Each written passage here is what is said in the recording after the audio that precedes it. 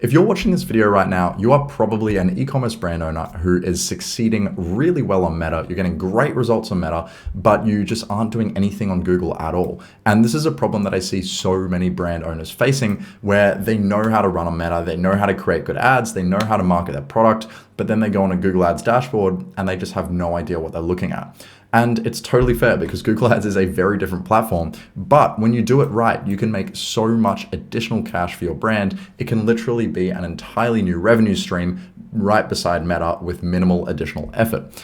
This client, for example, that we worked with lately, they spent about 33K in the first roughly 50 days with us.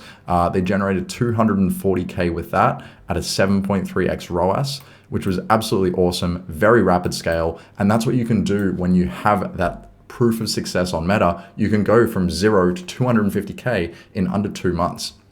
So today in this video, I'm going to walk you through exactly how to set up a Google Ads system for your brand. If you're already successful on Meta, you already know what you're doing, whether you're an e-commerce brand or a service-based brand. I also have a couple of things that apply to both types of businesses.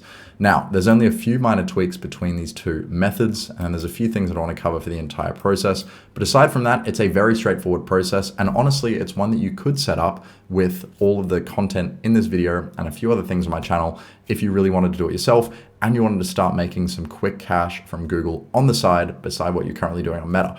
So the first step for both of the business types is to create a branded search campaign. These campaigns are absolutely critical if you're already succeeding on Meta, because if you are succeeding on Meta, what it means is you're driving a lot of potential traffic through Meta and onto Google. So if someone sees your ad on Meta, and honestly, quite often, probably more often than you'd expect, those people will not click the ad, but they will then search for the product or search for your brand name on Google and then go through to your website and purchase a product. Although it doesn't happen 100% of the time, it happens fairly often. Now, you need to make sure that you are showing up when they search for your brand name. That's what a branded search campaign does. The problem that I see with so many e-commerce brands who are dominating on Meta is they don't have a branded search campaign. And so what happens is when a user sees your ad and then they go to Google and they search for your product or your business, they have competitors who are placing ads on their brand name. So let's say your name is Peter's Pans and you sell aluminum pans, and someone goes to Google and searches for your brand after seeing a Meta ad, they search Peter's Pans. But then you have a competitor called Joe's Pots who starts advertising on your brand name, and they pop up as the first result when someone searches for Peter's Pans. And so they see another store selling a very similar product, and often consumers are not very discerning, and they will just click the first result on Google and just go straight through to that first result. So if that first result is a competitor who's running ads on your brand name, they are going to steal that traffic. They're going to steal that sale that you've already paid for over on Meta. You've paid to show that ad to someone on Meta. They've gone to Google, and now a competitor has stolen that after you've already paid for it, which just sucks. It's terrible. And I've seen it happen to so many brands because they don't have an effective branded search campaign that protects their brand from this competitor conquest. So first of all, protect the traffic you're generating on Meta. Not only does it protect you from the traffic you are generating on Meta, but it also trains the algorithm. It's very, very important to give the algorithm high quality data so Google can effectively help you find new customers that are high intent customers and are likely to purchase from you. So basically, when you get a conversion on a branded search campaign, so someone who is searching for your brand name, they are inevitably going to be a very high intent user, someone who knows about you, trusts you, wants to buy from you. And when you register that conversion in Google and send that conversion data back to Google, Google now has a very clear picture on what your ideal customers look like. And the more data points you can send back, the clearer that picture gets, which means that when you launch your new customer prospecting campaigns, Google is going to find it much easier to find high quality new customers from all that data it's gathered from your branded search campaign. This is why I highly recommend running a branded search campaign for pretty much every brand if you have existing reputation and demand, so you can piggyback off that data and use it to launch your new customer acquisition campaigns more effectively. Additionally, it just lets you quickly capture easy bottom of funnel sales. So people who are ready to buy from you, once again, if you just show them an ad when they're ready to buy, you can bring them through for absolute pennies. It might cost you a couple cents for a click, and then you bring them through to your website and you just secure the sale. It's just a safer way to make sure that you're getting sales on your brand name. And this applies for both e-commerce brands and service-based brands. It is the exact same setup. All you have to do is create a search campaign with exact match keywords for your brand name and nothing else. So just exact match format with square brackets, brand name, nothing else in there. Next up, if you're an e-commerce brand, you want a bestseller shopping campaign. So what this is going to do is it's going to capture the majority of your existing search demand. It's going to maximize your early ROAS, and it's going to train the algorithm on high quality new customers. So what is a bestseller shopping campaign? Well, what you do is you create a shopping campaign in Google, and within that shopping campaign, you include your top 3 to 5 products that you sell. So let's say you have a catalog of 50 products. You just include your top 3 to 5 in that campaign, because what this does is it allows you to essentially put your best foot forwards on Google when you get started. When you're showing your highest quality, highest intent products to the users that are the highest intent purchasers, it just compounds your chances of getting initial success and acquiring those new customers early on.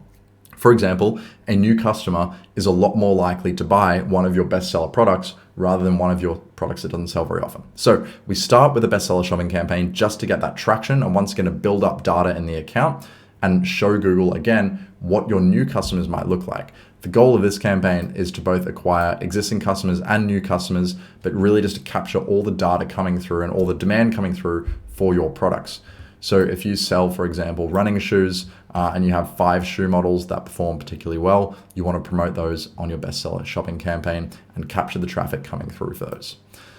Now, if you're a service-based business, what you want to do is create a bestseller search campaign, which includes your best-selling services. So let's say you're a landscaping company and you offer hedging, mowing, edge trimming, and they are I'd usually recommend if you're a service-based business, just starting with your number 1 best service, maybe 2 best services. So let's say your best services are hedging and mowing. So you put them in a search campaign in separate ad groups, or potentially even in separate campaigns if you like. And again, you just promote your highest performing services, your highest demand services to the market in order to get initial traction, initial validation, and accelerate your learning rather than trying to push things to them that they may not be interested in. So the main thing here is just whether you have a search campaign or a shopping campaign, make sure you just include your best sellers and your highest performing services or products. In the case of this campaign, the way you start it up is you basically just create a search campaign. I'd usually recommend going phrase match in this case. So phrase match for your services. So in your ad groups for each service, so you may have one ad group for mowing. Your search terms, keywords would be mowing near me and phrase match, mowing, phrase match, just things that are related to your search, what you think your users will be searching when they're looking for you. By the way, if you want me to implement my entire 8-figure Google Ads system for your e-commerce brand, SaaS company, service-based business, whatever you are, as long as you run Google Ads, just click the first link below to book a call with my team. Next up, new customer acquisition shopping campaign. Now, this is going to be your main driver of new customers and new revenue coming through your brand, incrementality really. So what you want to do in this campaign is you want to include your bestseller products once again. So this is going to be a new campaign. So in the case of an e-commerce brand, a new shopping campaign, once again, include your bestseller products, same setup as last time. However, this time you want to exclude branded traffic. How do you do this?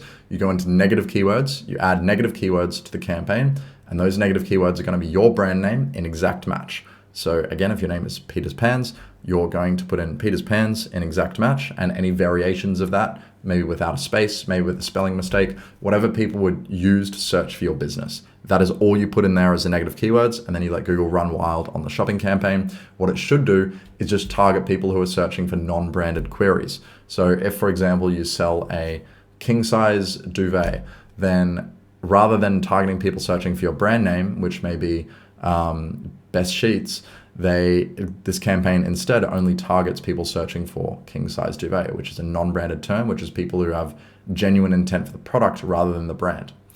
This allows you to scale your new customer acquisition. So with this, you basically scale the budget as hard as you can, and these are going to be new customers coming through your brand most of the time. Basically, if you are running a TROAS, you want to keep that TROAS low, or just don't run with a TROAS at all. Just use maximize conversion value in this campaign. You want to make sure that you are setting a really loose target for this campaign so you allow Google to prospect for new customers. If you set a high TROAS or a strict target, Google is not going to effectively prospect for new customers, and it's going to rely on existing customers and branded traffic.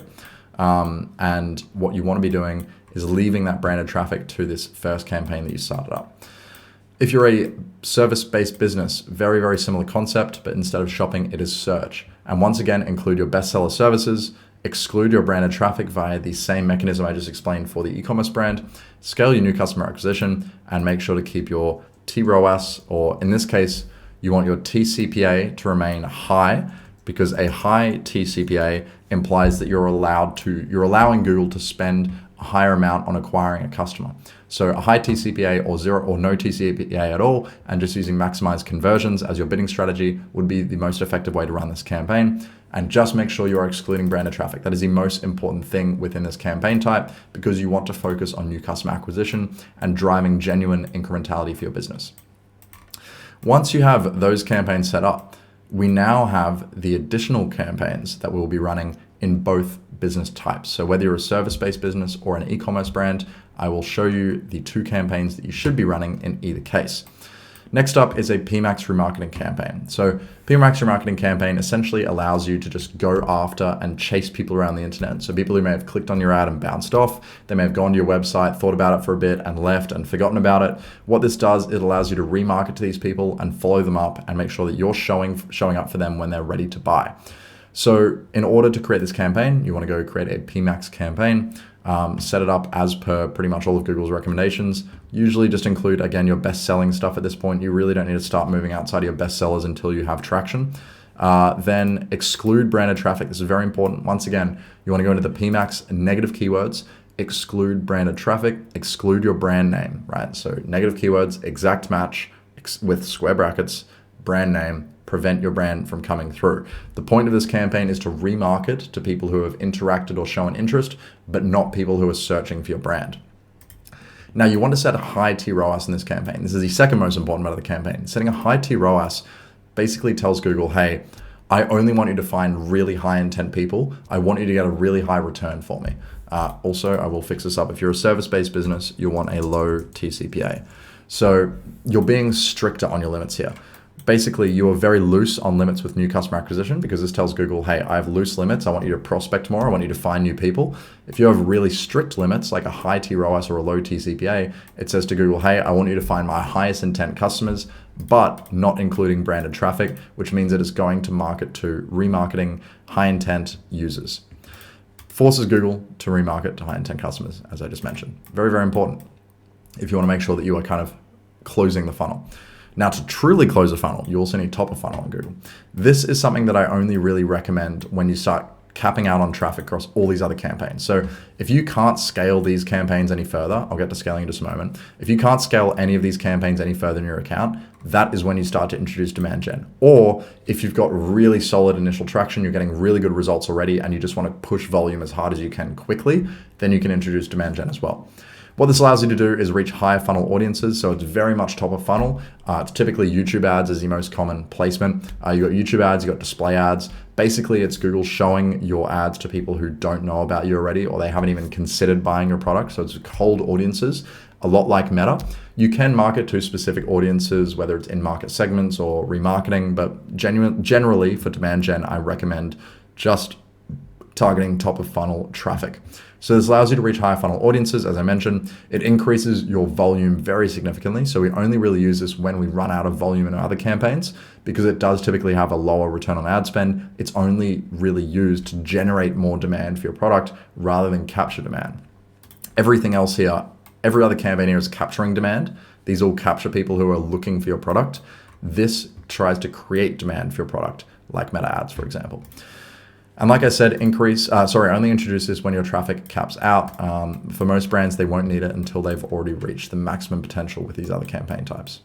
Now, throughout this entire process, make sure that you are scaling your campaigns when they are within KPI. So you obviously will have specific targets for your brand, what kind of CPA you can tolerate, what kind of ROAS you can tolerate within KPI, before, whatever your break-even ROAS is, your break-even TCPA. Make sure you keep these in mind and you compare them to your campaigns.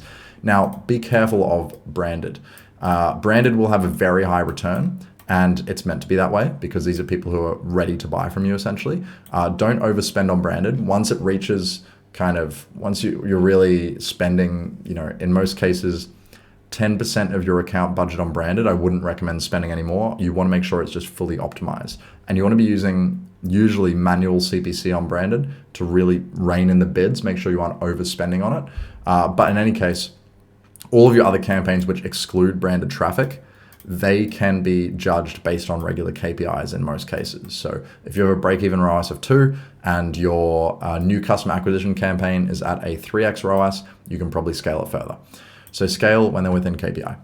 Exclude incorrect or low quality traffic. So this is also very important. As you go on, you need to be constantly monitoring the traffic coming through your campaigns. You can do this by clicking on the campaign and going over to search terms. It will show you the search terms that are coming through and triggering for your campaign. If you're seeing search terms that are low quality, things that don't really indicate the right traffic types, if you're seeing branded traffic in non-branded campaigns or vice versa, make sure you're excluding this traffic through the use of negative keywords. So you need to be constantly auditing your search terms.